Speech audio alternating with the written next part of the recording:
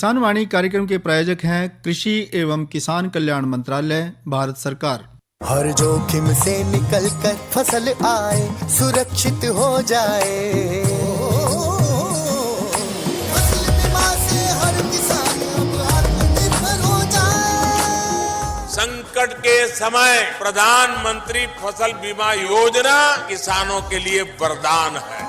अब सूखा पड़े या बाढ़ आ जाए कोई डर नहीं, अब ओले पड़े या कीट पतंगे फसल खा जाए कोई फिक्र नहीं, क्योंकि हमने लिया है प्रधानमंत्री फसल बीमा। बुआई से फसल कटाई तक हर जोखिम का दावा, न्यूनतम प्रीमियम पर अधिकतम भुगतान का वादा। योजना से हर साल जुड़ रहे हैं 5 करोड़ से ज्यादा किसान। अब आपकी है बारी। नजदीकी कृषि कार्यालय, सहकारी समिति, बैंक शाखा, अधिकृत बीमा कंपनी या जन सेवा केंद्र में स्वेच्छा से करा सकते हैं पंजीकरण। फसल बीमा पोर्टल या फसल बीमा ऐप द्वारा भी कराया जा सकता है पंजीकरण। प्रधानमंत्री फसल बीमा योजना, आपकी फसलों का संपूर्ण सुरक्षा कवच। कृषि एवं किसान कल्याण मंत्रालय, भारत सरकार। किसान वाणी कार्यक्रम सुनने वाले सब बाण भाइयों ने धर्मवीर भाई की राम राम।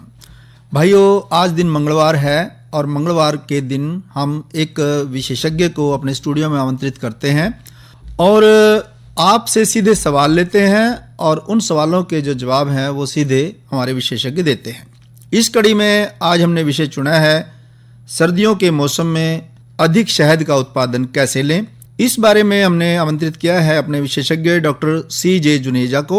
आप वरिष्ठ सलाहकार हैं एकीकृत मधुमक्खी पालन विकास केंद्र रामनगर कुरुक्षेत्र में। तो जिन भाइयों के मधुमक्खी पालन से संबंधित कोई भी सवाल हैं तो वो सीधे हमारे स्टूडियो में फ़ोन करके और मधुमक्खी पालन से संबंधित कोई भी जानकारी है या कोई भी शंका है तो उसका समाधान तुरंत फ़ोन के जरिए ले सकते हैं। हमारे स्टूडियो के फ़ोन का नंबर है 221 322 और कुरुक्षेत्र का STD कोड आपको पता ही है 01744। तो 01744 STD कोड लगा लें और 221 322 पे आप फ़ोन करें और अपने मधुमक्खी पालन से संबंधित जितने भी सवाल हैं आप फ़ोन के जरिए उन सवालों का जवाब ले सकते हैं। तो कार्यक्रम को आगे बढ़ा रहे हैं, डॉक्टर साहब से बातचीत करेंगे गिरधारी भाई। आइए सुनते हैं। कार्यक्रम के सभी सुनाने गिरधारी की राम राम। साथियों, कार्यक्रम फोन इन और इस फोन इन कार्यक्रम में हम लाते हैं समय, मौसम, परिस्थिति के हिसाब से एक ऐसा विषय जो आवश्यक है हमारे किसान साथियों के लिए, जिस विषय को लेकर हमारे किसान साथी जो है अपनी उस समय की समस्याओं का समाधान कर सकते हैं ताकि उस क्षेत्र में अधिक उत्पादन लेकर के अपनी आर्थिक स्थिति को अच्छा मजबूत कर सकते हैं। तो आज उस कड़ी में हम लेके आए हैं कि सर्दियों के मौसम में अधिक शहद उत्पादन कैसे लें। हमारे बीच हैं डॉक्टर CJ जुनेजा। डॉक्टर साहब, आपका कार्यक्रम में स्वागत है। साथियों से एक प्रार्थना और रहेगी कि वो विषय से संबंधित ही प्रश्न करें, क्योंकि अगर उससे बाहर हम जाते हैं तो कार्यक्रम में भटकाव आता है, इसलिए केवल मधुमक्खियों से शहद से संबंधित प्रश्न ही करें। डॉक्टर साहब, एक समय था कि साथी शहदों के उत्पादन के प्रति थोड़ा सा अनजान थे। एक प्रयास हुआ, काफ़ी लोगों की इच्छा और रुचि भी हुई और उसके परिणाम भी बड़े सकारात्मक आए। बहुत से साथी किसान साथियाँ शहद के काम के अंदर लगे हैं और उनको अच्छा लाभ भी हो रहा है, लेकिन प्रयास यही है कि और ज़्यादा अच्छा उत्पादन हो और अच्छा लाभ हो, क्योंकि यही हम मान के चलते हैं कि जो रिक्वायरमेंट है आज भी आवश्यकता है उतना शायद हम फिर उत्पादन नहीं कर पा रहे हैं। तो इस हर मौसम में अलग अलग आवश्यकताएं होती हैं। सर्दी का मौसम आ गया है तो आज हम यही चर्चा करेंगे कि जो सर्दी का मौसम आ गया है इसमें हम अधिक उत्पादन कैसे ले सकते हैं। पहले एक फोन ले। नमस्कार जी। नमस्कार जी सर। कहाँ से बोल रहे हैं? गाँव सौदा से बोल रहे हैं जी, नारायणगढ़। आपका नाम? सहदेव। सहदेव जी, क्या पूछना है? सर डब्बे कहाँ से मिला जी इसको? यहाँ इसके डब्बे? हाँ जी डॉक्टर साहब, ये मधुमक्खी के जो बक्से हैं ये हरियाणा के अंदर IBDC रामनगर एकीकृत मधुमक्खी पालन विकास केंद्र रामनगर कुरुक्षेत्र से आप ले सकते हैं। आप जिस भी जिले के रहने वाले हैं, मान लिया सबसे पहली रिक्वायरमेंट जो है, जरूरत है जो किसान की, वो है कि आपको इसका प्रशिक्षण लेना पड़ेगा। प्रशिक्षण लेने के बाद वो आप अपने डिस्ट्रिक्ट में ले सकते हैं, आप करनाल में ले सकते हैं, HTI के अंदर हॉर्टिकल्चर ट्रेनिंग इंस्टीट्यूट में, आप IBDC रामनगर से ले सकते हैं जहाँ पर हर महीने प्रोग्राम चलते रहते हैं। वहाँ तो रेगुलर चलते रहते हैं प्रोग्राम। जिस समय आप प्रशिक्षण ले लेते हैं तो सबसे पहली रिक्वायरमेंट आपकी ये होती है कि आप उसका रजिस्ट्रेशन करवाएं ऑनलाइन, क्योंकि आजकल जो सिस्टम है बिल्कुल ट्रांसपेरेंट कि पारदर्शी हो चुका है, और आप अपना रजिस्ट्रेशन करवाइए कि आपने इस तारीख से इस तारीख तक ट्रेनिंग ली है मधुमक्खी पालन की और आप इस काम को करने के इच्छुक हैं। तो इसके लिए आपको 2 चीज़ों की जरूरत पड़ेगी, एक तो आपका आधार कार्ड और एक ट्रेनिंग का सर्टिफिकेट। जब आपका रजिस्ट्रेशन हो जाएगा आईबीडीसी रामनगर की वेबसाइट पे, या आप अपने जिला उद्यान अधिकारी जो आपके जिला का है वहां उसके दफ्तर में भी जाकर रजिस्ट्रेशन करवा सकते हैं। उसके बाद ये हरियाणा सरकार की तरफ से ये एक मतलब आपके लिए सहायता के लिए, जो शुरुआत के अंदर किसान इस काम को करते हैं या पूरी लाइफ के अंदर एक बार, प्रत्येक किसान को 50 मधुमक्खी के बक्से और 50 मधुमक्खी की कॉलोनियां अनुदान राशि पे दी जाती हैं। आप अपना रजिस्ट्रेशन अपने जिला के अनुदान अधिकारी के पास करवाएंगे, बागवानी उद्यान जो आपका है जिला उद्यान अधिकारी, लेकिन आपको बक्से जो हैं वो रामनगर से मिलेंगे। आईबीडीसी रामनगर, मैंने जैसे बताया, ये पीपली से शाहबाद की जब तरफ जाते हैं तो लगभग 12 किलोमीटर पे बाएं तरफ इसका सेंटर है। इंडो इजराइल प्रोजेक्ट के अंतर्गत ये सेंटर बनाया गया है। उसकी खासियत ये है कि जो वहाँ पर बक्से बनते हैं वो बीएसआई स्टैंडर्ड के हैं, आईएसआई स्टैंडर्ड जिसको हम कहते हैं, कि कैल की लकड़ी के बनते हैं। क्योंकि आजकल जो बाजार में बक्सा मिलता है वो शीशम की लकड़ी का मिलता है, सफेदे की लकड़ी का मिलता है, कीकर की लकड़ी का मिलता है, क्योंकि जब तक बीज अच्छा नहीं है उत्पादन आप अच्छा नहीं ले सकते, बक्सा अच्छा नहीं है आप शहद का अच्छा उत्पादन नहीं ले सकते। तो आपको बक्से वहीं से मिलेंगे, और आज की तारीख में इसके ऊपर 85% तक अनुदान है। यानी अगर 1 लाख रुपए के आप बक्से लेते हैं तो 85% उसके ऊपर अनुदान राशि है। तो हाँ जी, आप ट्रेनिंग लेना जरूरी है, और उसके बाद बक्से आप जिला उद्यान अधिकारी जो आपका है डिस्ट्रिक्ट हॉर्टिकल्चर अफसर, उसके पास रजिस्ट्रेशन करवा दीजिए। लेकिन जब वहां पर सब फॉर्मेलिटी पूरी हो जाए, जो डॉक्यूमेंट्स चाहिए आप जमा करवा दिए, तो डिलीवरी जो बक्सों की है वो रामनगर से ही आपको मिलेगी। ट्रेनिंग लेनी पड़ेगी। ट्रेनिंग लेना जरूरी है। ट्रेनिंग के बिना तो आप बक्से की रिक्वायरमेंट ही नहीं दे सकते। आप बक्सा मधुमक्खी कैसे पालेंगे जब ट्रेनिंग? सहदेव जी, ट्रेनिंग बिल्कुल मुफ्त है, आपका रहना खाना बिल्कुल फ्री हाँ है। जी, बिल्कुल रहना खाना, ट्यूशन फीस बिल्कुल नहीं है। सर्टिफिकेट जो इसके ऊपर लिटरेचर भी मिलता है वो भी आपका फ्री है। किसी प्रकार की कोई आपसे खर्चा नहीं लिया जाता, ये सारा फ्री ऑफ कॉस्ट है, मतलब बिल्कुल खर्चा रहित है। और आप ट्रेनिंग लीजिए, 5 दिन की ट्रेनिंग है, आप इसको ले सकते हैं। और इसके लिए भी आप ऑनलाइन रजिस्ट्रेशन कर सकते हैं कि आप ट्रेनिंग लेना चाहते हैं। जब आपका नंबर आ जाएगा आपको अपने आप फोन के ऊपर आपको इन्फॉर्म कर दिया जाएगा कि आप इस जगह पे पहुंच जाइए, आपको 5 दिन की ट्रेनिंग दी जाएगी और उसके बाद सर्टिफिकेट आपको दिया जाएगा। हाँ जी, ठीक है जी।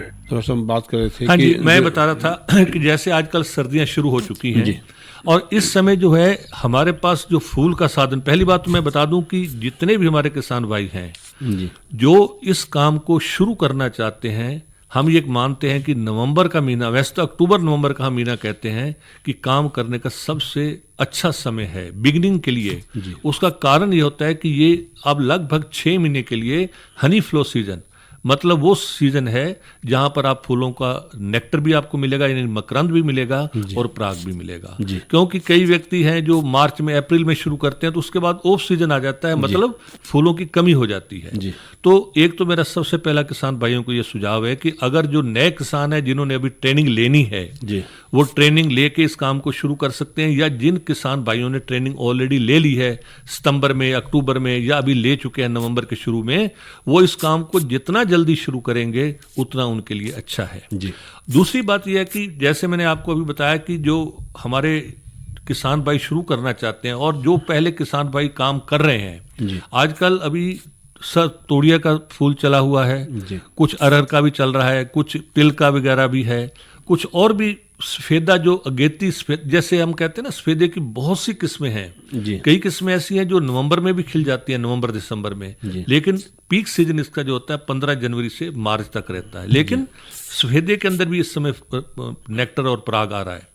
लेकिन जो सरसों का मेन सीजन अब शुरू होगा, मैं पहले ये भी बता दूं कि लगभग 60 से 70% शहद जो है हमारे किसान भाई सिर्फ सरसों के सीजन से लेते हैं। और इसके लिए जो हरियाणा से भी कई किसान जो हैं राजस्थान में बक्से ले जाते हैं, क्योंकि वहाँ 10-15 दिन पहले सरसों खिल जाती है। फिर रेवाड़ी झज्जर साइड में आते हैं, जहाँ पर दिसंबर के पहले हफ्ते में सरसों खिल जाती है।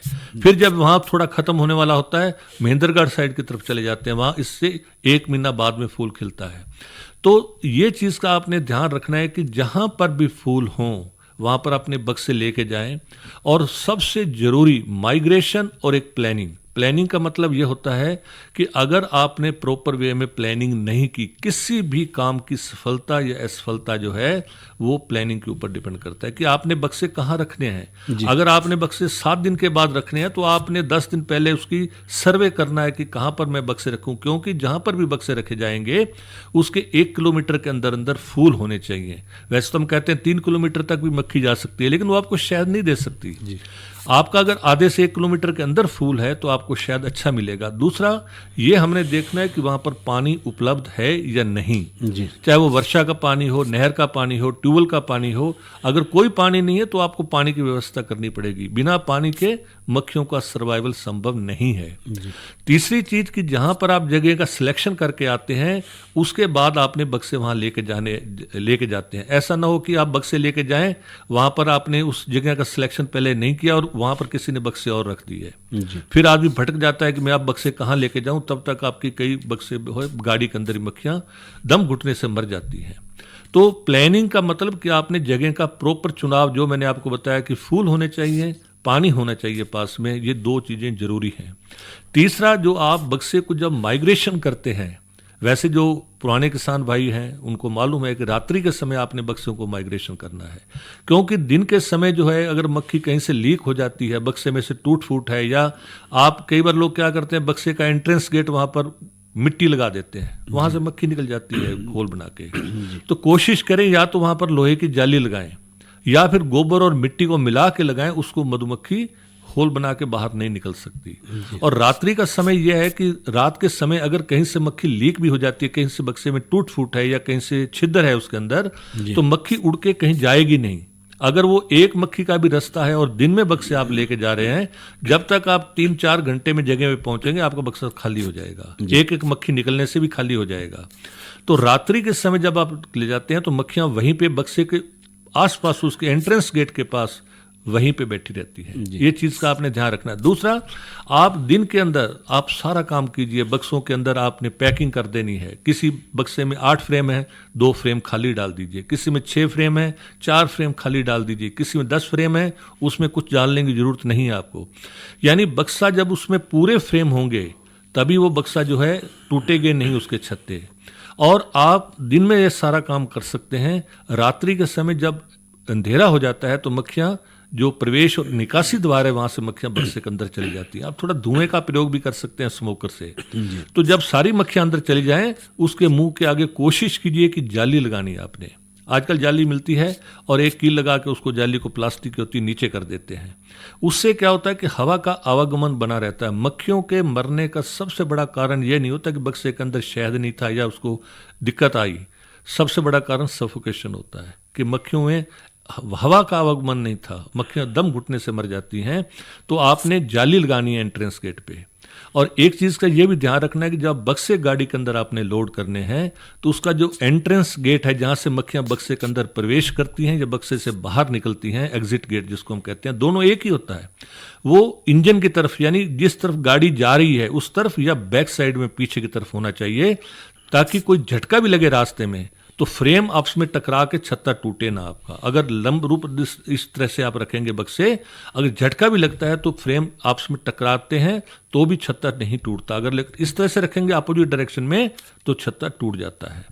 और एक सबसे जरूरी कि आप जिस समय संध्या के समय गाड़ी को लेके जाना शुरू करते हैं, जब आखिरी बक्सा आपका लोड हो जाता है गाड़ी के अंदर, अगर आपने खाना खाना है, चाय पीनी है, तो उससे पहले आप चाय पानी सब कर लीजिए।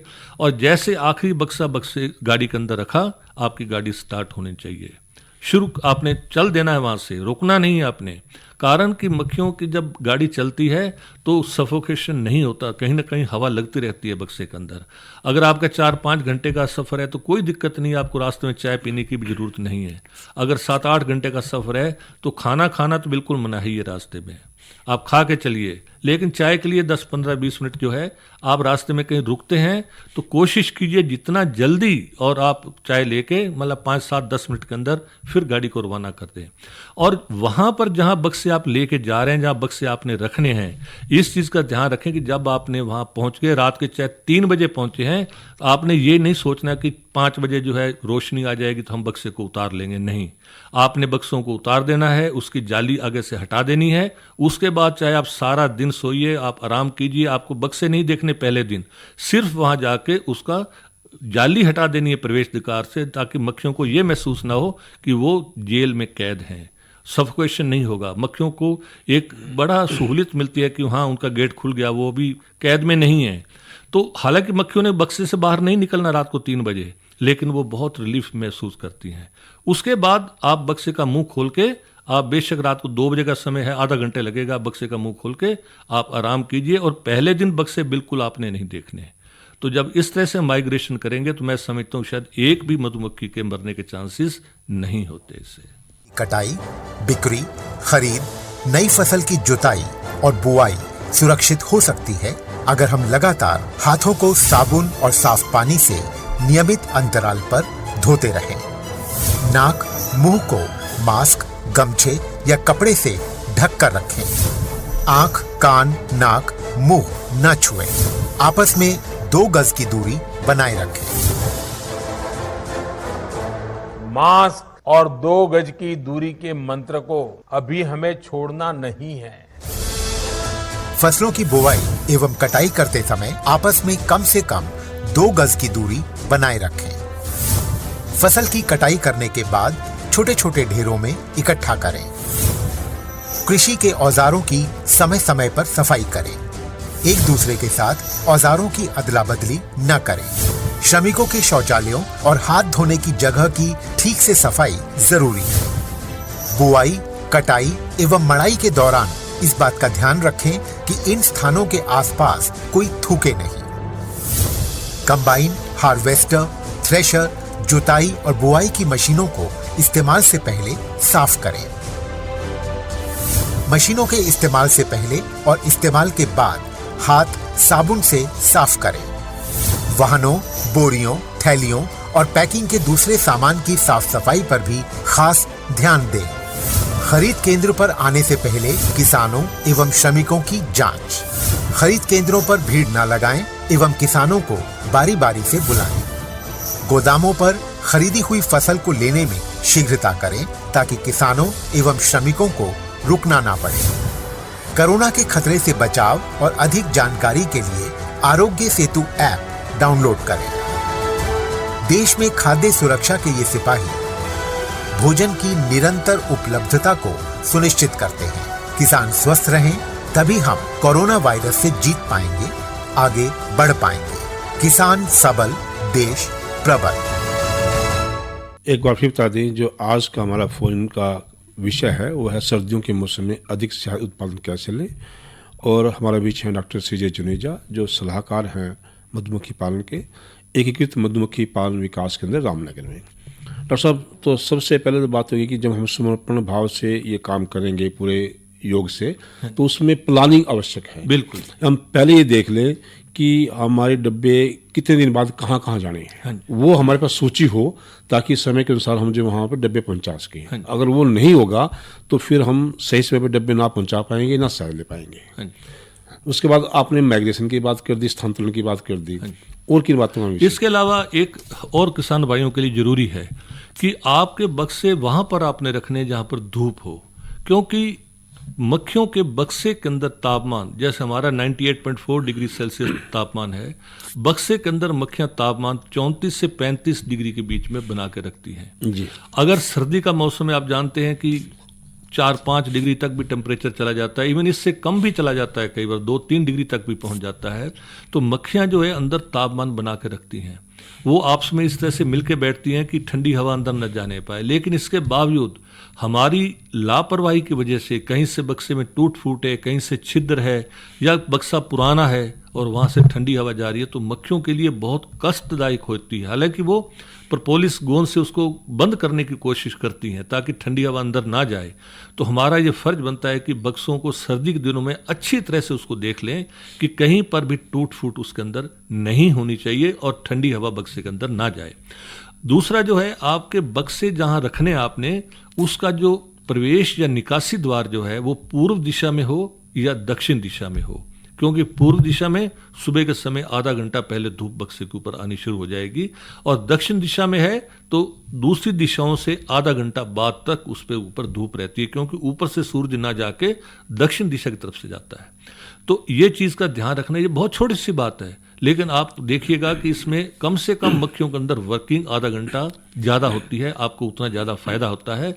अगर मक्खियों को तापमान, क्योंकि मक्खियाँ क्या करती हैं सर्दी के दिनों में, अगर आपने ठंडक में बक्से रखे हुए हैं, सर्दी है, वहाँ धूप ही नहीं पड़ रही, तो मक्खियाँ तापमान तो बनाएंगी, उन्होंने अपने बच्चों को बचाना है, तो वो शहद को कंज्यूम करती हैं, कंट्रैक्ट करती हैं, एक्सपेंड करती है, यानी अपने शरीर को सुकड़ाती हैं, फैलाती हैं, हीट प्रोड्यूस होती है। तो शहद प्रयोग करेंगे जी, उसी को यूज करेंगे और वो हमारे लिए कम हो जाएगा। हाँ जी, अपने लिए कम हो जाएगा, मक्खियों की मेहनत और बढ़ जाएगी।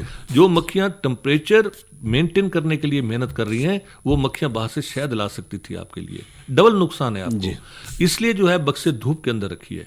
और ये भी आप चीज ने ध्यान रखना है कि जब भी बक्से के अंदर अगर किसी कारणवश आप समझते हैं कि मक्खियों की संख्या कम है, तो आप उसके अंदर कुछ पैकिंग भी दे सकते हैं, या उसकी वैसे आजकल जरूरत नहीं पड़ती, क्योंकि हरियाणा में इतनी सर्दी नहीं है कि मक्खियों के मरने के चांसेस हों। अगर फ्रेम 7 से 8 फ्रेम तक भी मक्खी है तो कोई दिक्कत नहीं है, लेकिन कई बार ये देखने में आया कि किसान भाइयों में 100 बक्से हैं तो 10 बक्से ऐसे जिसके 4-4, 5-5 फ्रेम है। तो बजाय एक सवाल मेरा भी है कि जैसे दिसंबर के आखिर में या जनवरी के फर्स्ट हफ्ते के शीतलहर भी चलेगी, हाँ जी, उस शीतलहर में हम कैसे बचा? वो उसका सबसे बड़ा कारण ये होता है कि अगर मक्खियों की संख्या कम है तो मक्खियों के मरने के चांसेस पूरे रहते हैं। उसके अंदर सर्दी को मक्खी बहुत मुश्किल से सहन कर पाती है। तो कोशिश कीजिए कि आपके बक्सों के अंदर कम से कम 7-8 फ्रेम की मक्खी जरूर हो, 20 फ्रेम की, 15 फ्रेम, 10-12 फ्रेम हो, किसी प्रकार की दिक्कत नहीं है। मक्खियां टेम्परेचर मेंटेन कर लेती है, बीमारी भी कम होती है, मक्खियों को कोई दिक्कत नहीं है। लेकिन अगर 4-5 फ्रेम की मक्खी है तो वो अपने आप को बचा भी नहीं पाती और आपको शहद भी नहीं दे पाती। ऐसी अवस्था में 2 कमजोर बक्सों को आपस में आप मिला सकते हैं, यानी हाँ जी, जिसकी रानी अच्छी है वो बक्सा आप नीचे रखिए, जिसकी रानी अच्छी नहीं है उसको मार के और उसका नीचे का तलपट्टा उठा के उस बक्से के ऊपर रख दीजिए, और बीच में हम एक अखबार डाल देते हैं, उसमें सुई से थोड़े होल कर देते हैं, छिद्र कर देते हैं। जब तक उनकी गंध मिलती है तब तक वो मक्खियां आर पार उसके बाद हो जाती है। उस समय तक मक्खी बिल्कुल एक दूसरे को मारती नहीं है, वरना एक बक्से की मक्खी दूसरे बक्से में हम मिला नहीं सकते। तो कोशिश हमारी ये होनी चाहिए, हमारा मकसद ये नहीं होना चाहिए कि आपके पास बक्से कितने हैं, हमारा ऑब्जेक्टिव ये होना चाहिए कि बक्सों में फ्रेमों की संख्या कितनी है या मक्खियां कितनी है, क्योंकि जितना बड़ा परिवार उतना सुखी परिवार।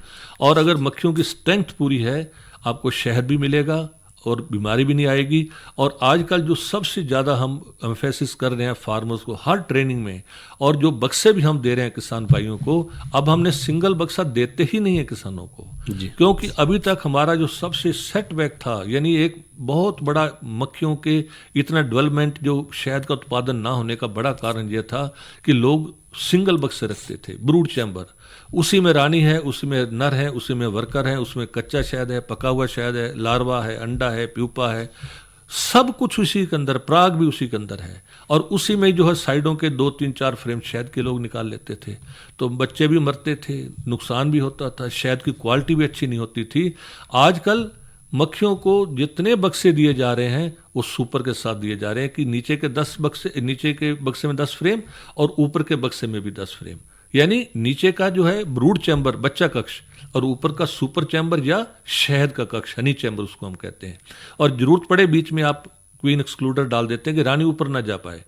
इसके फायदे क्या है कि आपकी एक तो सबसे, जब सुपर बक्सा आप यूज कर रहे हैं, मतलब 10 फ्रेम से ऊपर मक्खियां हैं, वो मक्खी कभी नहीं मरेगी आपकी। दूसरी सबसे बड़ा फायदा यह है कि इसके अंदर जो ऊपर शहद जो मिलेगा आपको, क्योंकि रानी ऊपर जा नहीं सकती, अंडे, लार्वा, प्यूपा नहीं होंगे, ऊपर 100% प्योर शहद है। उसकी क्वालिटी इतनी बेटर होगी कि शायद खाएंगे आप कहेंगे कि वास्तव में इसमें क्वालिटी है। तो हमें क्वांटिटी को देखते हुए हमें क्वालिटी के ऊपर ज़्यादा फोकस करना है कि उसकी क्वालिटी कैसे है। अगर उसकी शुद्धता पूरी है, मार्केट में उसका वैल्यू ज़्यादा मिलेगी और लोग भी इसको खाएंगे, आपकी बिक्री भी बढ़ेगी। तो इसलिए जो है, अगर सुपर के साथ आप बक्से रखेंगे, ये हमारा एक्सपीरियंस है कि एक सुपर बक्सा जो 20 फ्रेम पे है और 4 बक्से 5-5, 6-6 फ्रेम पे हैं, तो एक सुपर बक्सा 4 बक्सों से दुगना शहद देता है और उसकी मेहनत आधी है उस पर, क्योंकि ऊपर का बक्सा भर जाएगा 10 दिन में, आप शहद निकालेंगे, मक्खियां आपको एक भी मक्खी स्टिंग नहीं करती, डंक नहीं मारती, क्योंकि आप उनके बच्चे लार्वा को आप कुछ नहीं कर रहे, सिर्फ चोरी कर रहे हैं उसकी। आपने जर्क दिया, मक्खियों में इतनी सहनशीलता है कि वो आपको कुछ नहीं कहती, वो कहती चलो दोबारा हम शहद भर लेंगे।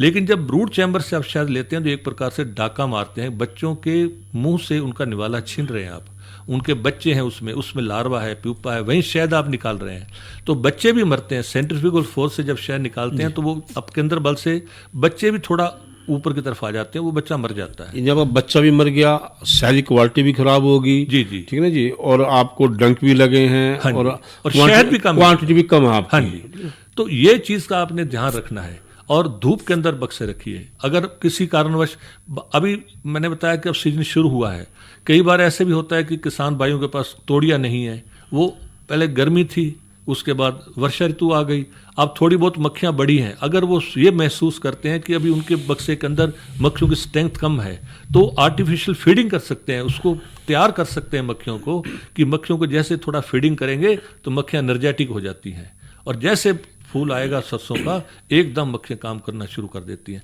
और ये समय ऐसा है सर्दी का, सरसों का सीजन, जैसे 15 जनवरी आए उसके बाद आप रानी मक्खी को बना के पुरानी रानी मक्खी को बदल सकते हैं, ताकि शुरू के अंदर 2-2 हजार अंडा देती रानी, दूसरे साल में 1000 अंडा भी नहीं देती। तो लाइफ 3 साल तक है, लेकिन वो जिंदा तो है, हमने उसको रिप्लेस करके नई रानी बनानी है। आप छत्तों का निर्माण कर सकते हैं, आप बक्सों का डिवीजन करके 1 से 2 बक्से बना सकते हैं, आप शहद बारी बारी से निकाल के उसका उत्पादन कर सकते हैं। यानी ये सारे काम जो है अब इस समय कर सकते हैं। ये जो सरसों का सीजन है सबसे बेस्ट सीजन माना गया। और ये सब, एक चीज़ मैं और बता दूं, अब हमारे किसान भाई जो हैं वो पराग बहुत ज़्यादा मात्रा में इकट्ठा करने लगे हैं, क्योंकि फूल का जो ये नर भाग है, ये इतनी इसकी संख्या होती है कि रिक्वायरमेंट तो उसकी 5-10% है सारी, बाकी जमीन पे गिर जाता है, हल चला देते हैं, उसका कोई यूज नहीं है। लेकिन इसमें प्रोटीन 40% प्रोटीन होती है, बहुत ही न्यूट्रिशियस फूड माना जाता है। और इसको जो लोग जो हैं पोलन ट्रैप आगे लगा के हफ्ते में 3 दिन, एक दिन छोड़ के एक दिन आप पराग इकट्ठा कर सकते हैं, और एक बक्सा 200 ग्राम तक पराग इकट्ठा कर लेता है। तो इस तरह से आप आमदनी की बढ़ा सकते हैं। शहद के साथ पराग की भी आमदनी उतनी है, या शहद से भी ज़्यादा आप आमदनी ले सकते हैं। आप मक्खियों का डिवीजन करके मक्खियाँ बेच के आमदनी कर सकते हैं, शहद निकाल के बेच सकते हैं, छत्तों को रेज कर सकते हैं। ये सारे काम करेंगे तो आपको शहद का उत्पादन अधिक मिलेगा। तो डॉक्टर सीजे जुनेजा जी, आप हमारे स्टूडियो में आए और आपने हमारे किसान साथियों को बहुत अच्छी जानकारी दी, जो साथी मधुमक्खी पालना चाहते हैं या इससे संबंधित काम कर रहे हैं, ताकि उसका फायदा उठा सकें। तो इसके लिए आपका बहुत बहुत धन्यवाद। थैंक यू, धन्यवाद। अरे अरे अरे क्या कर रहा है? इधर इधर इधर, हम बोल रहे हैं तेरे बीजू का। पुतला बोल रहा है? हाँ, पक्षियों से तो हम खेत को बचा लेते हैं, पर इन घातक रसायनों से कैसे बचाएं? मतलब? देख बेटा, तू जो ये अंधाधुंध रसायन मिलाता है ना, मिट्टी की सेहत बिगड़ने लगी है, और जब माटी ही कमजोर पड़ जाएगी तो उपज कैसे सेहतमंद होगी? अरे पहले ऐसा नहीं था, पूछना अपने बड़े बुजुर्गों से, कैसे फसल लहलहाती थी, शुद्धता झलकती थी। हाँ, माटी भी तंदुरुस्त और लोग भी। अरे अब पहली वाली बात कहाँ? पर अब तो सब यही डाले हैं। सब नहीं, आज भी लाखों जागरूक किसान परंपरागत विधि से फसल उगा रहे हैं, खर्चा कम और उपज की कीमत भी बेहतर पा रहे हैं। सच है? रे बेटे, एक्सपीरियंस से बता रहे हैं, धूप में बाल सफेद नहीं किए हैं। हाँ। ठीक है भाई, मैं भी आज से जैविक खेती शुरू करूंगा। माटी से प्रेम की परंपरा है, परंपरागत खेती। इस कार्यक्रम के प्रायोजक थे कृषि एवं किसान कल्याण मंत्रालय, भारत सरकार। धर्मवीर भाई ने दे इजाजत। अच्छा भाइयों, राम राम।